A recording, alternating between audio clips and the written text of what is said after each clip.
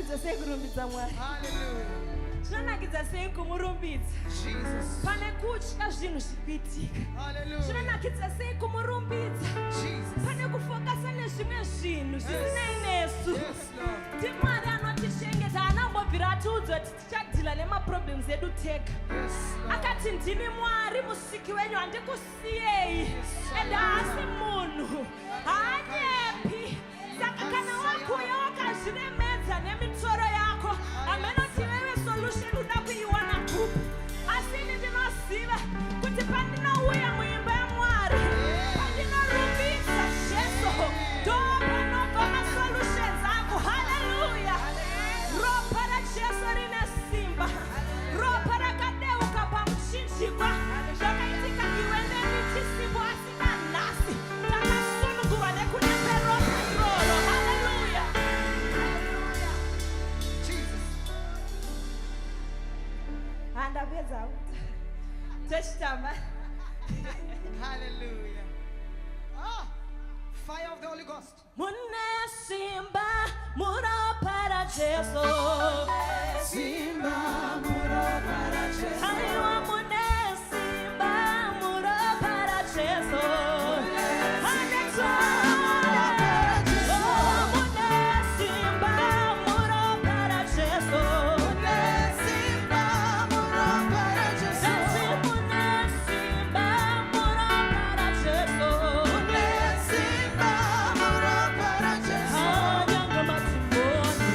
Anointing.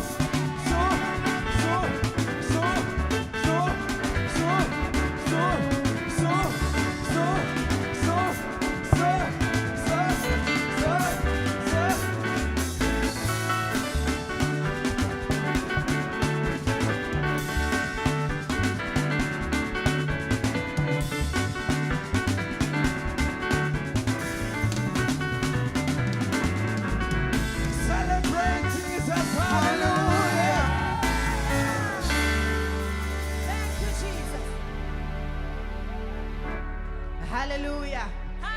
We just want to worship him this morning. Hallelujah. Tudakuramba tichivarangaridza Mwari kunaka kwavo. Hallelujah. Wana mazuva mashoma ekuvatenda. Timbovarumbidza mangwanani ano. Tinokutendai muridzi wedu. Tinokutendai Mwari. Nekuti munotigonera. Nekuti makanaka. We honor you, Jesus. We honor you, Holy Spirit. zita renyu ngarikudzwe ngaribatwe neutsvene makafanira mbiri yose makakodzera mbiri yose tauya kuzodzorera mbiri kwamuri mutsvene mutsvene mutsvene wakarurama mutsvene mutsvene zita renyu ngarikudzwe ngaripiwe mbiri mangwanani ano makanaka Jesu makanaka muchinda werugare gweta zvoshamisa the ancient of days the King of kings and the Lord of lords we worship you this morning.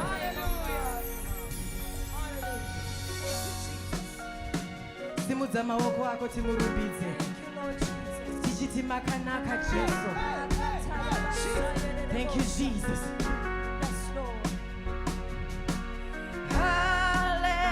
Hallelujah, Jesu makanaka. Hallelujah, Jesu makanaka. Munondikonera pese. Munondikonera pese. Imbauti hallelujah. Makanaka, Jesu makanaka. Makanaka, ime munondikonera. Pese munondikonera. Imbauti hallelujah. Makanaka, Jesu makanaka. Makanaka, ime munondikonera. Nepanda isafanira, Jesu munondikonera. Imbauti hallelujah. Makanaka mariwe, Jesu makanaka. Oh, makanaka, ime munondikonera. Munondikonera, Baba munondikonera. Imbauti hallelujah. Kabushira ikunaka kwenyu, Jesu makanaka. Makanaka, ime munondikonera. Munondikonera, Jesu munondikonera. Imbauti hallelujah. Makanaka mariwe, Jesu makanaka. Makanaka, ime munondikonera. Munondikonera, Jesu munondikonera. Imbauti hallelujah. Makanaka mariwe, Jesu makatinakira. Makatinakira, ime munondikonera. Munondikonera. Munondikonera. Munondikonera. Munondikonera. Munondikonera. Munondikonera. Munondikonera. Hallelujah. Jesu makanaka. Hallelujah. Hallelujah. Hallelujah. Hallelujah. Hallelujah. Hallelujah. Hallelujah. Hallelujah. Hallelujah. Hallelujah.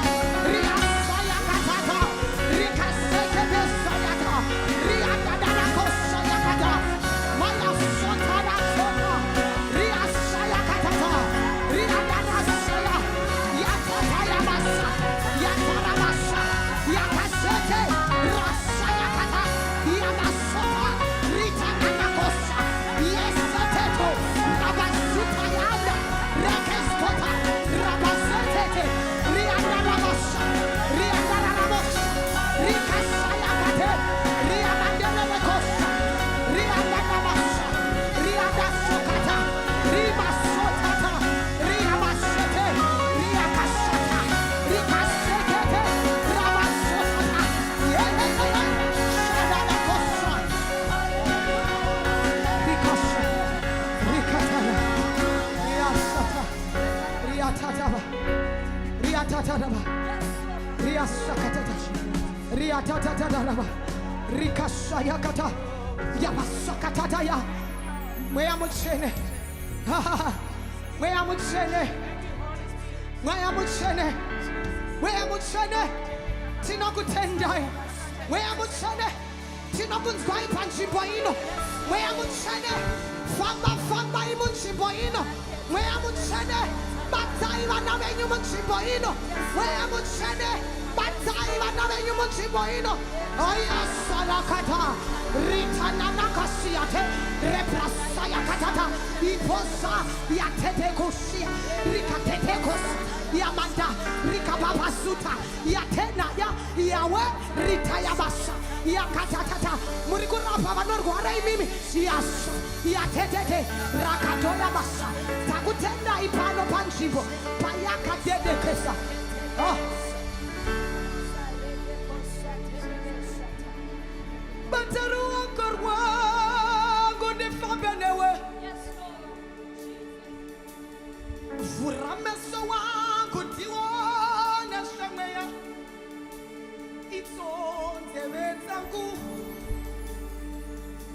ngazi kunzwe undiratize nzira yako. Baba bataruwako difabenewe. Vurameso wangu kandiwoneshi noda imi. Kandiwoneshi noda imi. Kandinzwe shinonzwa imi. Kandifame pakunoda imi. Kanditeshwa kunoda imi. Mwari bataruwako rwako kandifamelewe. Iyamanderekesa vurameso wangu tiwone shemeya. Tiwone shemeya. Amutikokozwa undiratize.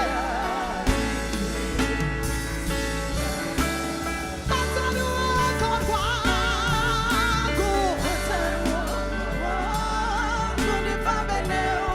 vurameso wangu baba.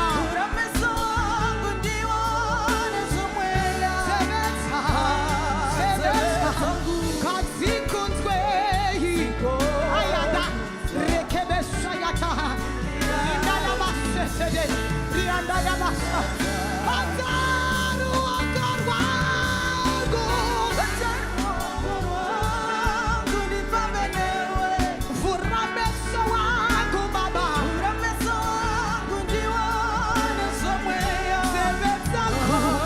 Sebetsaku katifurikire imi. Rata katifurikire imi. Yasota diratitei. Ayayayaya. Bataruwako rwako ndinoda kutevera mutsoka dzenyu.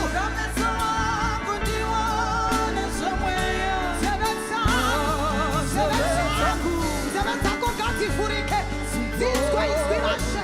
Nzeve dzako ngadzivhurike dzinzwe kubata kwaMwari. Bata, bata, bata,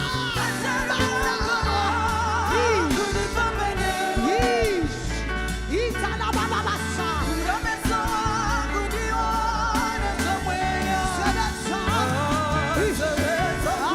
Ndakutswa mweya muchene. Ndakutswa mweya muchene. Inanalabasa. Irabashiyakata. Riatatata. Wakasimudza maoko. Bataya.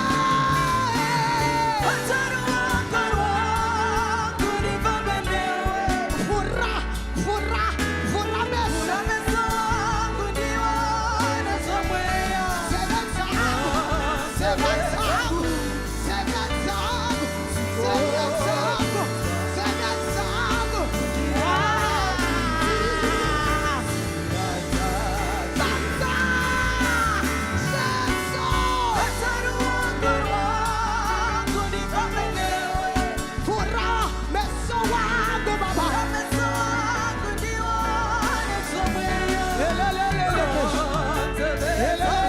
kesaya. Iyayanda laba.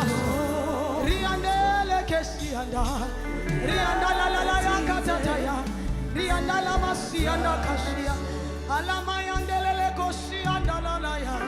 Lila la mahanda la kasia ketete. Rina na kasukanda ya mandala ya ya. Rianda la masia katatere kesaya.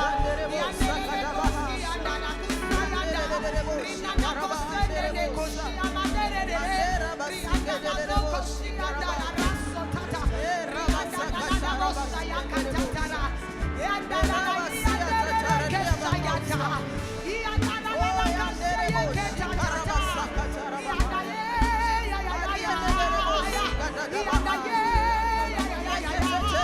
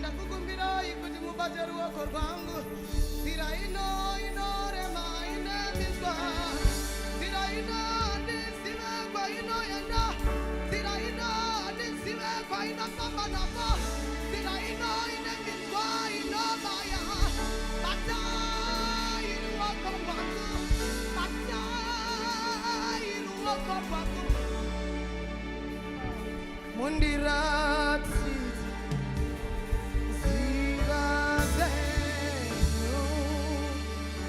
romberera Jesu maoko, romberera Jesu maoko. Watende Jesu ava, tenda Jesu mudikani, nekuti anotinda takadaro. Tenda Jesu mudikani, HIC tenda Jesu iyakata.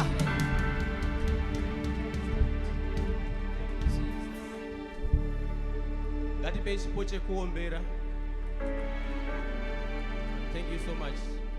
Ndoda kutendai worship team yedu. Ngatimboombera futi. Yeah. Vanotoimba zvekutodadisa chaizvo, haikona zvekutongoimba aipo. Zvekutodadisa ukatoona vakatomira vatotanga basa uziva kuti mawarriors atanga basa. Yeah. Asi changondifadza nhasi pane imwe dhanzi. Mukangoona ndakuperwa nemashoko ndongotanga ngodaizo. Kana mashoko akaita mashoma pastage tinongopinda nedhanzi. Praise the Lord. Ndoda kukwazisa imese muzita raJesu. Amen. Ndinoda kutenda Dr. Sundire in absentia nekundipa mukana uno. Ndichida kutendawo mama Pastor Sundire. Vari kututungamirira, vane basa guru raMwari ravari kuita panzvimbo ino. Saka ndinongoti Mwari arambe achivawanira nyasha, Mwari arambe achivasimudzira ivo Pastor Sundire kwese kwavari kufamba nemabasa avari kuita kwavari mazuva ano. Mwari avatungamirire, chiedza chirambe chiri pamberi pavo. Ndoda kutendawo mapastors ari muno nebasa guru raMwari ramuri kuita.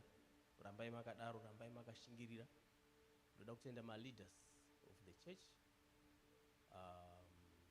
ma-elders, chief deacon, ma-deacons. Ndoda kutenda youth nema-youngsters. Yeah. Pane basa guru riri kuitika. Saka tinofana kuzviona tichirumbidza Mwari nokuda kweizvozvo izvo. Message yandoda kushare nhasi inguva iko Pastor Dr. Sundire chavakandidzidzisa chimwe kutarisa time, kumeka sure kuti ndiri kuita zvinhu zvangu nenguva. Ndoda kushare nemishoko rinodziro the hidden provisions. Muchishona kuti gadziriro dzakavanzika. Gadziriro kana kuti gadziro dzakavanzika. shoko iri ndicharitora, tichatanga taverenga kubva kuna Luke chapter 17 verse 20 and 21. Tozobata futi mamwe mavhesi pamberi apo. Ndinovimba kuti upenyu humwe munhu hunosanduka nhasi nokuda kweshoko irori raMwari, nokuti shoko raMwari hariwire pasi. Ndichaverenga kuchishona. Zvino wakati achibvunzwa nevaFarisi kuti ushe hwaMwari hunosvika rini, akavapindura akati, ushe hwaMwari hahuye nekuonekwa.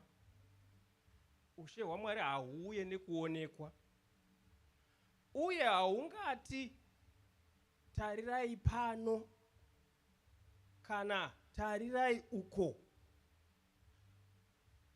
nekuti tarirai ushe hwaMwari huri mukati menyu. Ndaisa padhuze mavhezheni echirungu kuitira kunyange shona iriyo yatinotaura tichifarirawo. Kune vamwe vanonzwawo kusununguka vachiverenga nechirungu. Handichaverengi zvangu, vanoverenga paskrini. Ndikaita tumanotsi twandaita, asi ndazotiitika nechirungu ndichiitira kuti vanenge vasiri kunzwa shonawo zvakati vanobatsirikana kuchirungu. Asi zvekare manotsi eshona anonetsa kunyora,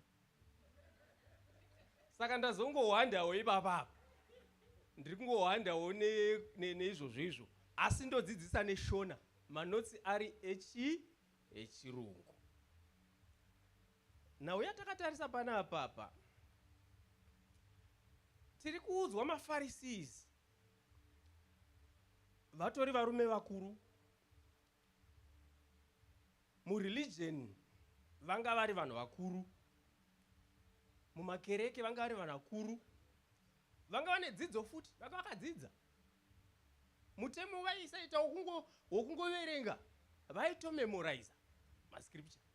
Saka vanenge vachitotaura vakatokwana, vachirifeya kune zvavakamboverenga vakamemorize, uku vachibvunza. Vari kubvunza kuna Ishe Jesu. But mubvunzo wavari kubvunza, mhinduro yavari kupiwa iri kutaridza kuti Ishe Jesu vari kuti zvamuri kutsvaga zvitori pakati penyu. Muri kumhanyisa maziso muchitarisa uko, muchitsvaga uko, asi umambo hwaMwari huri kunzi haugoni kuhuti hoho koko, kana kuti hoho pano, kana kuti hoho papo, wotohuona kuti haugoni kuzviona izvo zvizvo.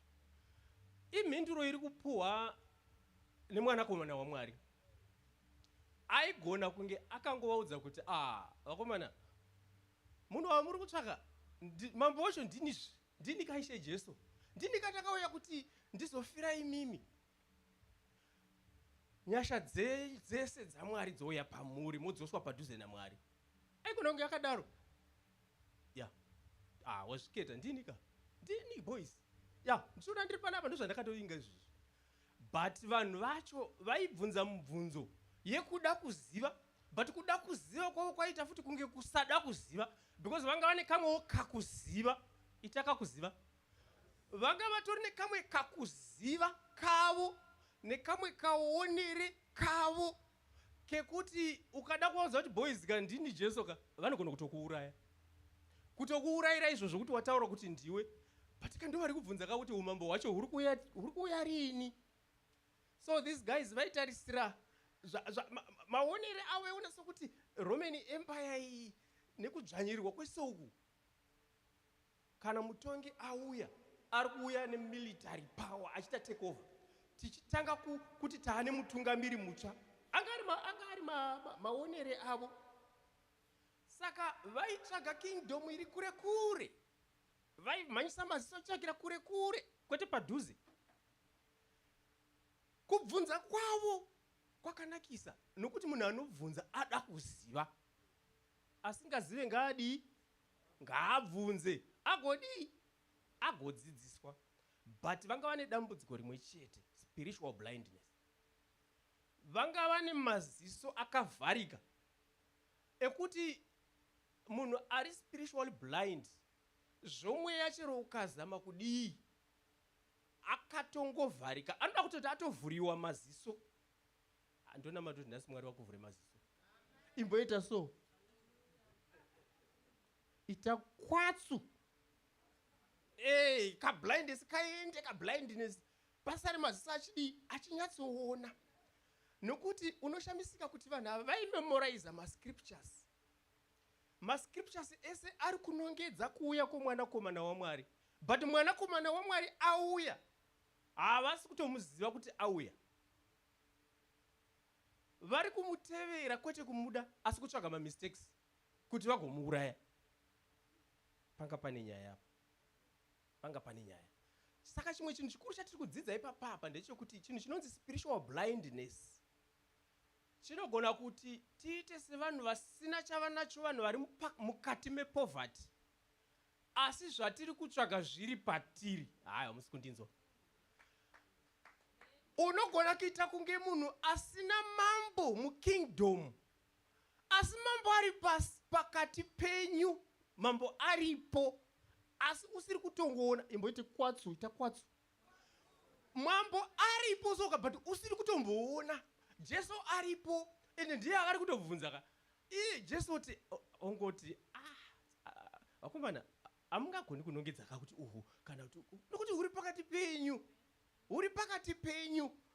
Saka now yes, spiritual blindness ine basa. Ndo yatoda kunyanya kunongedza nhasi. Kingdom yanga yakatouya, ava varume vakuru ava vanotungamirira machechi vachibvunza zvari kubvunzwa naJesu ka. Kingdom yanga yakatouya, but yakauya chiverevere, yakauya muchivande kingdom. Haina kuuya chitoanaunzwa kuchirira mabhosvo kana kuti kuine mupande wemheni dzichiputika kuti hokoyo mwanakomana auya. Mwanakomana akauya chiverevere. Apo pasa. Akazvarwa paBethlehema.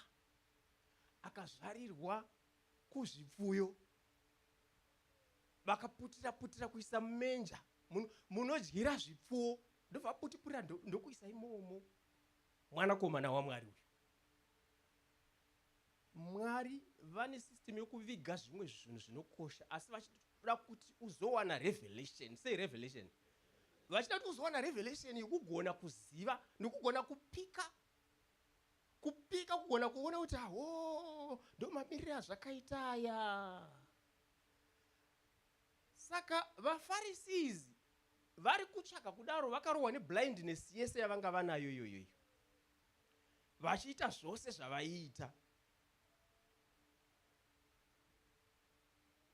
Mwanakomana waMwari anga atouya nechekare.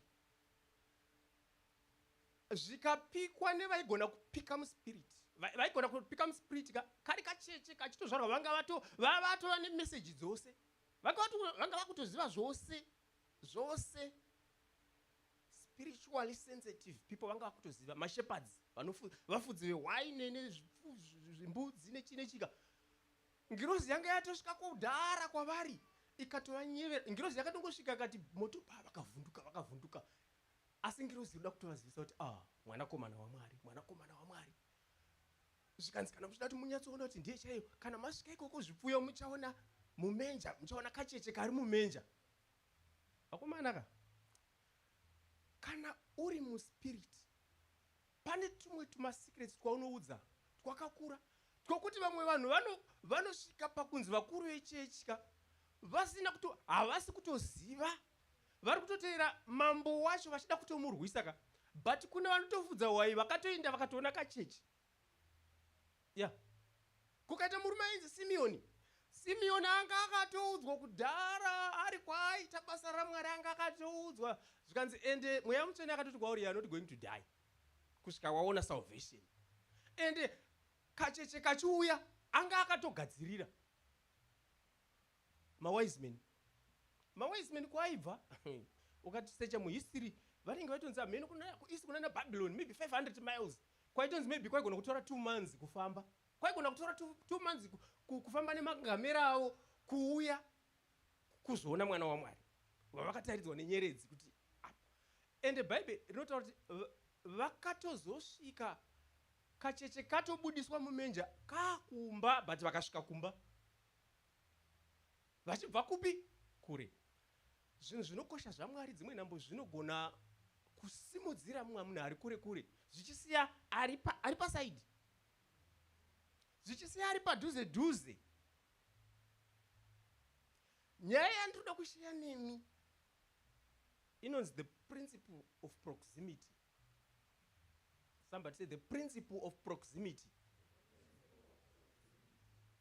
Proximity yacho kuisa kushona mudhuze mudhuze imomo mudhuze. God often places our needs near us. Mwari vanoisa zvatiri kutsvaga, zvatiri kuda mudhuze nesu. Answers to our prayers kazhinji maanswers anounzwa mudhuze dhuze. Maanswers anenge asimbori kure. Kana unogona kufunga kuti uri kuda kuroora uchiti aiwa ndiroreri kuAmerica, ndinozondoroora ndakuZimbabwe. Dzimwe nhambo unogona kunge wakatorasika, dzimwe nhambo wauda kutorora atori muno. Ita anogona kutova muno muAmerica muno. Aish, vamwe vanotsvaka paindaneti, so kuti indotsvagira kuChina, wotsvaka paindaneti, hongu indaneti inounza padhuze ka. But dzimwe nhambo ka indakaona vamwe vakawanda muno, ita muno. Iwe usata zvokutamba. Praise the Lord. Ma-opportunities. Tikutsvaga ma-opportunities. Unogona kuchitsvaga, so uchitsvaga. Dzimwe nhambo opportunity yauri kutsvaga iri mukabusiness kako kauri kuita. Unogona kungooneka business kauri kurova yendi the wamboenda makuseni wadzoka wadi kuti zvinhu zvasisi kufamba izvi. Wombofunga kuti rega nimbotraya kupi? Ukanyatsotoita dzimwe nhambo ansa yako because Mwari havaisi ansa kure kure. Ko Adamu, munofunga kuti Adamu paainzi ari kutsvagirwa ka, because Adamu aitotsvaga asingazivi kuti ari kutsvaga. Saka Mwari vari kumutsvagira mubatsiri ka. Vakangoti come my boy, mborara apa. Ndokutora kubva panani? Minduro yaAdamu yanga iri kupi? Mari. Minduro yako iri kupi? Aiwa musi kunezo ndinzo. Minduro yako iri kupi? Minduro yako iri mauri. Nongedza munhu ari pasai. Ita mauri imomo. Mune minduro. Ita pane zvipo zvauri kugarira uchiti hazvina basa. Uchitarisa zvevamwe. Minduro yako iri mauri imomo. Human resources, material resources. Minduro dziri imbotarisa munhu ari pasaidi pako.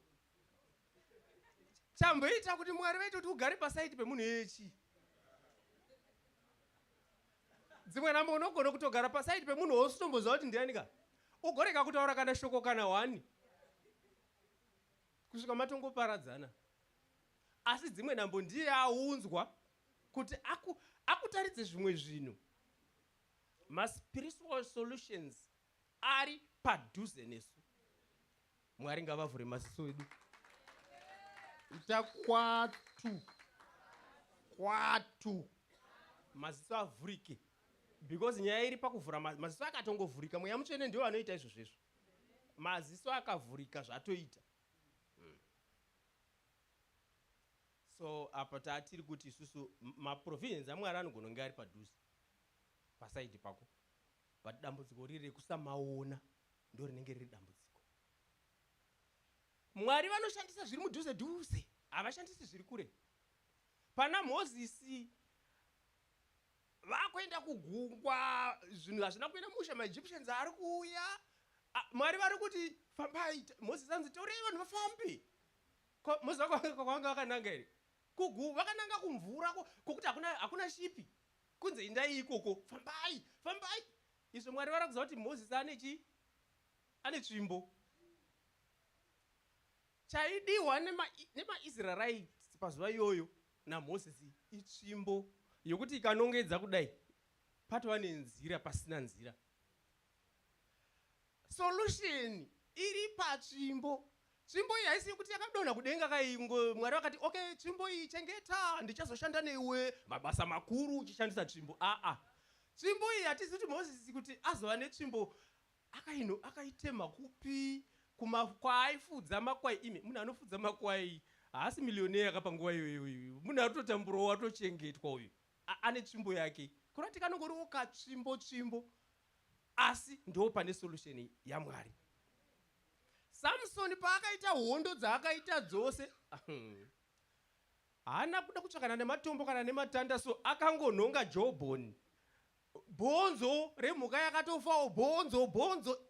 Pane mabhonzo okuti ukarinhonga so ukarirwera padombo robva rangotyoka, but bhonzo raSamsoni rakakwazha varume, rakapedza muvengi, bhonzo risingatyoki. Because ukarova bhonzo to bhonzo, musoro womunhu ane bhonzo rakasimba, but bhonzo iroro haranga risingatyoki. Muvengi kupera kuti bosi Mwari vari kuti chiri padhuze, kwete chiri kure, chiri padhuze. Elijah nomukadzi weoiri angonzi une chiizva, nditi oiri tushoma, ityotyo, handichadi kupedza nguva panapa. Jesu Kristu pane kamukomana kane lunch box, vanhu 5,000 vakaguta, panoshandwa nezviripo. Pane nhau yatoda kuti timbotarisa panapa, Genesis chapter 21 verse 19. Ipapo Mwari akasvinudza meso ake uye akaona tsime remvura, saka akaenda akandozadza guchu nemvura, ndokubva apa mukomana kuti anwe. Pane imwe time yokuti zvinhu zvinenge zvisina kumira mushe sezvatinoona panguva iyoyi. Mushure mekunge Abrahamu aita kuti mukadzi wake waanga atora wechipiri achienda nemwanakomana, vakapinda mudhezeti, zvinhu zvikaipa, vakashaya chekunwa, mvura. Pano shoko raMwari rinotaura kuti akatarisa akaona kuti mwana uyu akutofa, but handisida kuona achifa, regai ndinogara kupi, regai ndinogara kuri. Akaenda kune gwedzi rakaenda ndokubva anogara ikoko from afar. But ngirozi payakauya yakavhura maziso.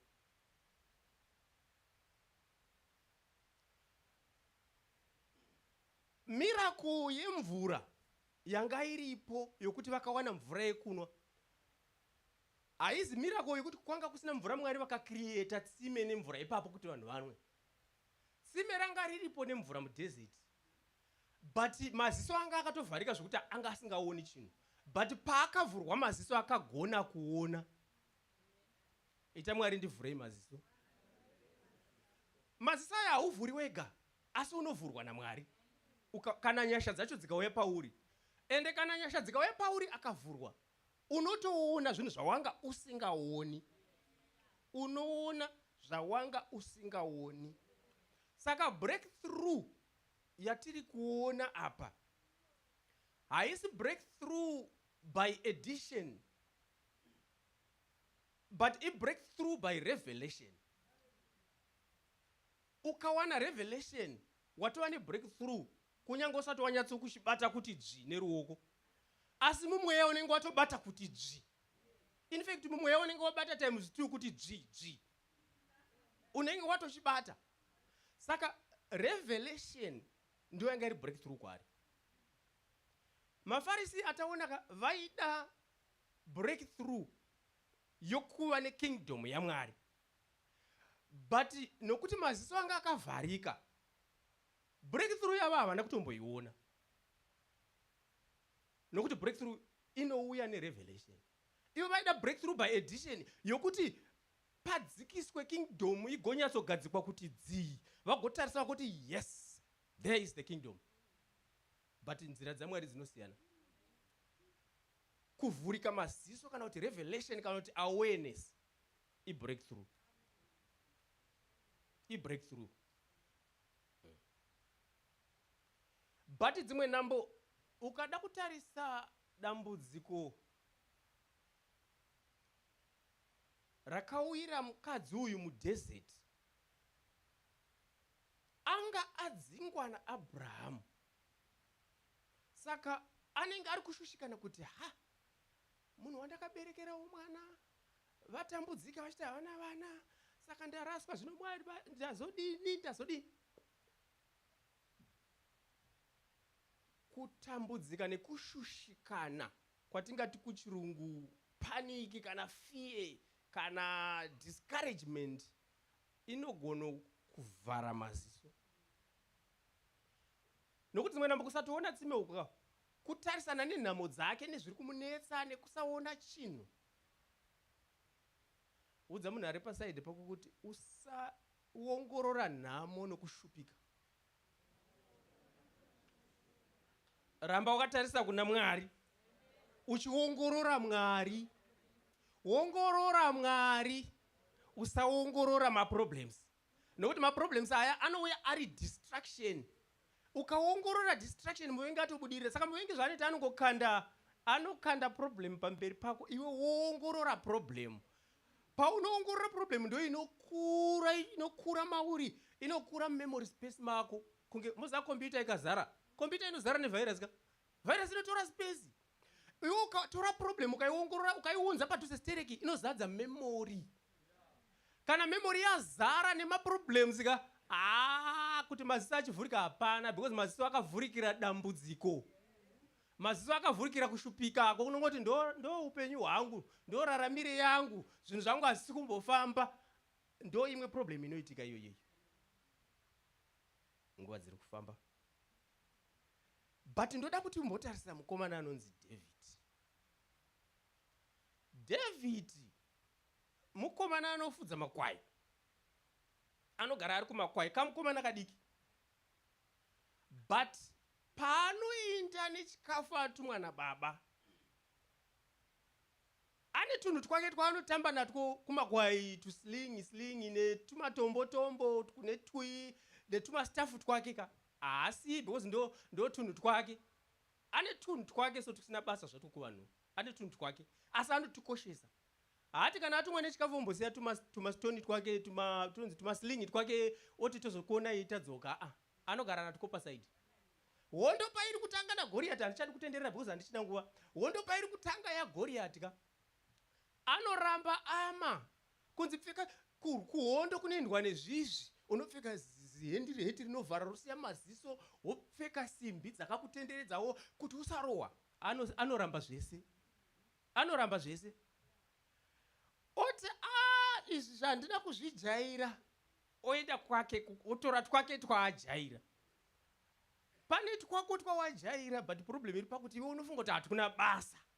Nokuti unozvifananidza nevamwe, so uchifananidza nevamwe unoti kana uchiimba so kaimbire kako, so ukazotarisa vamwe woti no, zvokuimba handingajoini praise boss. Kaimbire kangu kune vanogona. Ndo pauri kuirasa ipapa. Ipapa ndombobata. Pauri kurasika, uri kurasikira padhuze. Ndo paizonzi nomwe mufundisi, uri kurasikira pupiko mimba yeraundi. Uri kurasika padhuze. Iwe uri kuti utu hatuna basa. Kukana paripo pane mhinduro yese yauri kuda. Kabusiness kako uri kukatarisira pazungu kuti mwana ndambozama, but kukana paripo pari kubuda billionaire imi muchikuona tumakambani tukomaAmerica kuti ukasvika pano waona kamwe kaservice station kakanzi ningi, ukasvika pano kamwe kaningi, kasemu ningi kari apo. Aiwa havana kutanga vakadaro. Kana pakati pana sekuruwo vakudhara vakatongotangawo vane twemapango vachitoshaya kuti peturu vachidira magaroni. Mabgonyeti achiuya inzi uyai nhasi ndine dhiramu, ndo matangira acho, kusvika azadza maservice station. Saka iwe usamhanyira kutarisa kumberi kuti zvangu zvatoramba. Hazvina kumboramba. Hazvina kuramba. Indinototi hazvina kutomboramba. Mhinduro yako inoda kuvhurika maziso chete. Ndakamboti zvinhu zvangu apa ndiri kudai kujoina, ndadai nditi mabills andoda kubhadhara, mainsurance acho, zvangoti wandei fuel dzandiri kuda, zvimwe zvacho no haya tumwe tuma equipment kujoinidza, una mari iri kubuda yacho haisi kuita. kunamata ndichipota ndinamata. Mwari pavakazondipindura ndakatariswa mari iri mumotikari macho mandiri kushandira ndiri kuti ko mari yese iri muno handisi kuiona seko mazuva ese ndiri kupepuka so ndikuona ndakatorara. Saka Mwari vari kuzama kundiudza kuti chiko zvauri kutsvaga because pane pomwe wakutombotorai kuti saka apa ndoita chiko izvi ndombosiya izvi ndimbotsvagana nene. Mwari vari kuzama kuti aiwa wakatochibata kuti dzvi but iwe uri kufunga kuti chichauya uzochiona kuti wozonyatsoti kingdom iyo. Pane nyaya usatarisira zvimwe zvinhu pasi. I want to give you a testimony.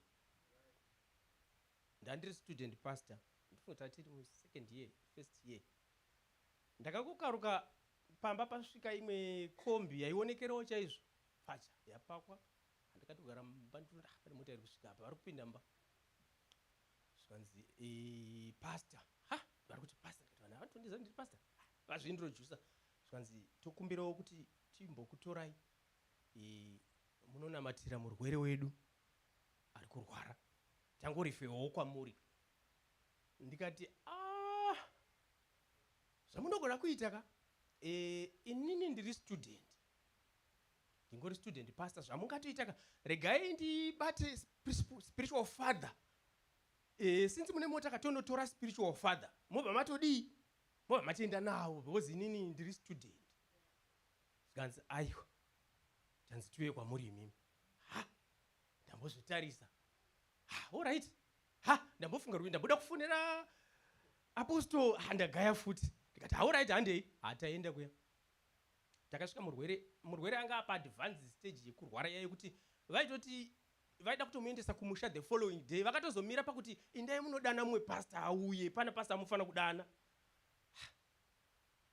Ndasvika akarara angwa mabhonzo munhu anopera zviya zvokupera zviya zvokuti because haachadyi haamwi mvura akada kuti amwe mvura anorutsa akada kuti adye chinhu anorutsa but akarara haagoni kugara. Saka ndakapindamo Mwari vakangondisimbisa ndobva ndapinda ndobva ndanamata ndobva ndamuti vabatsirei vagare. Aya havagoni kugara because vakatogara vane pain. Ndikati vabatsirei vagare ndobva vavataka kuvasumudza ndobva ishesha yagara yakatonditarisa ndobva ndanamata ndikati ndoda kuti vasumuke vabatsirei. Zvikanzi bati alright zviya zvekuti havasi kudawo havasi kuzvibvumawo vamusumudza. Ndikati baba ngatifambei tiende kukitchen.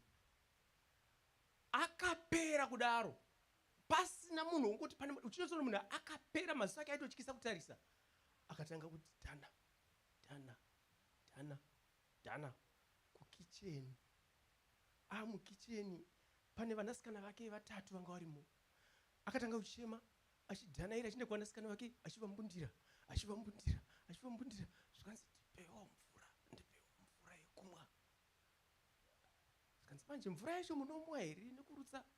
Ndikati vapei ndobva upiwa mvura ndobva amwa mvura hana kurutsa. Mwari vanogona kuti zvinhu zvinoshamisa nestudent pastor kwete na spiritual father. Nyaya iripo ndeyekuti iwe unobvuma here nhasi muno matirimo muno kune vamwe vanhu vane tuma so twokuti wakutongovhuma kuti ndekako kaproblem ikakako. Kune vanhu vane mahigh blood pressure munomuka ekuti vakutongoti mapirisi ndoshasha asi vachiuya kucheche every day. Nhasi kana Mwari vachikusimbisa ndoda kukunamatira. Aiwa mira unzwe argument yangu. Kana munhu ane high blood pressure achinamatirwa through the phone achipora kweiwe uri kubatwa neruoko kudai unotadza kupora nei? Iwe high blood pressure uri kundinzwa uri kuenda nhasi. High blood pressure you are going today. High blood pressure you are going today and you will never come back. ndine maminitsi matatu. Kana une dambudziko raunofila kuti ranetsa ende wanga uchingorisiya wakungoti kuda kugara kwangu uye kunotinamata. Ndine 3 minutes chete. Sanonoka kana unaro dambudziko. Usatarisa student pastor. Tarisa Mwari. Anokuitira. Kana une dambudziko raunaro uya tinamati izvezvi. Because dambudziko ratinoita ndere kuti breakthrough yedu inotongoya pateta vhurika maziso. Ndo pane breakthrough. Ndo pane breakthrough. Kana usina kuvhurika maziso unogona kutambura nechinhu chidiki diki. Ukafunga vanhu vanoita zvakaipa chaivo varoyi chaivo. Anogona kunhonga chimuti wechikora so kuti ngaatyoke gumbo. Munhu ari kuAmerica anogonzi vaidzika pastage pavakangode vabva tyoka gumbo. Chimuti chacho haana kutombonotsvaga hameno kuChina. Akakutongonhongawo chimuti so akashandisa chiri padhuze. Munhu waMwari kana atori muchechi ari padhuze ndiye komana ndiye munhu ari padhuze newe. Ndiye munhu anofanira kubvisa dambudziko rinofanira kutoenda. Rinofanira kutoenda. Iwe blood pressure. Uri kundinzwa? I command you to go. In the name of Jesus, I declare freedom. Upon this man, I declare freedom. Baba ndiri kukusunungurai kuti basa raMwari rinyatsofamba zvakanaka. Musina high blood pressure. Go. Go. In the name of Jesus.